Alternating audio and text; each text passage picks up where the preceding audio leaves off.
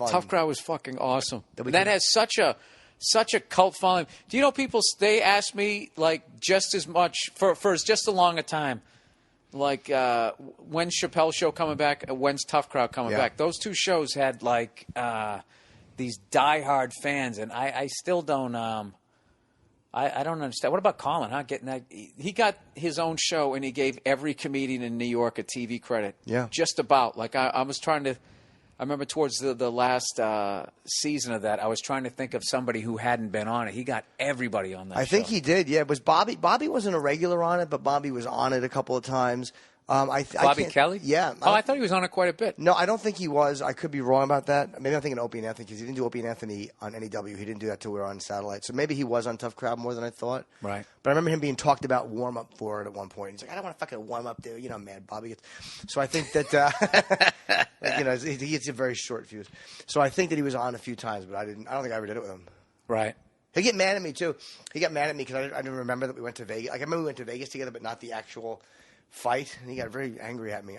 I'm like, yeah, that was Uriah Faber. He's like, fuck, dude, I know, I was fucking there with you. I'm like, oh, all right, sorry, forgot. I can't make fun of anybody for having a temper, but he's another guy who he's always had to go the extra fucking 12 miles. He's just one of those guys. He does got that short thing. I remember one time I was walking down the street with him, and he was talking. You know, we all just start complaining about the business. So he was complaining about the business, and he was going to help me with the computer. You know, he's great with the computer, so he was going to help me. And as we were walking, I used to live around the corner from him, and I'm thinking, well, my computer's up on the fucking whatever, the 7th floor, and he's on the ground floor. And I'm thinking in my head, let me go up and get the computer, and we'll take it over to his house. So as he's telling like his, fucking 20th story about this business, I said, hey, Bob, can I just go up and get that? And he just fucking snapped, and he goes, don't interrupt me, cunt! Fucking screamed it.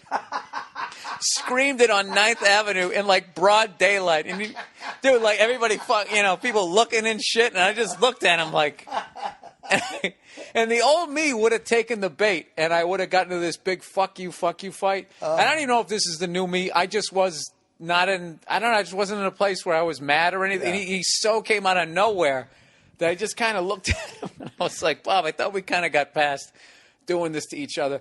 And then he kind of laughed, and it was gone, which he's always been able to do. As much as that guy flips the fuck out, he's able to bring it back down and be like, all right, dude, listen, dude, I'm fucking he's sorry. Not a grudge holder necessarily. Yeah. So he fucking, that was like an instant Bobby classic. Don't interrupt me, cunt. Yeah, that's what a great line. Echoing. I just like how he said it like I worked for him. Like I felt like he should have been behind some big walnut desk. Well, maybe we could do this. Don't interrupt me, cunt. I'm talking because you fucked this up. That makes me so happy. That makes me so happy. That's a fucking Bobby scream, and I'm really happy that happened to somebody other than me. Oh, no. He's a frightening guy when he fucking yells. I hate to admit it, but Bobby's a fucking maniac. He does scare me.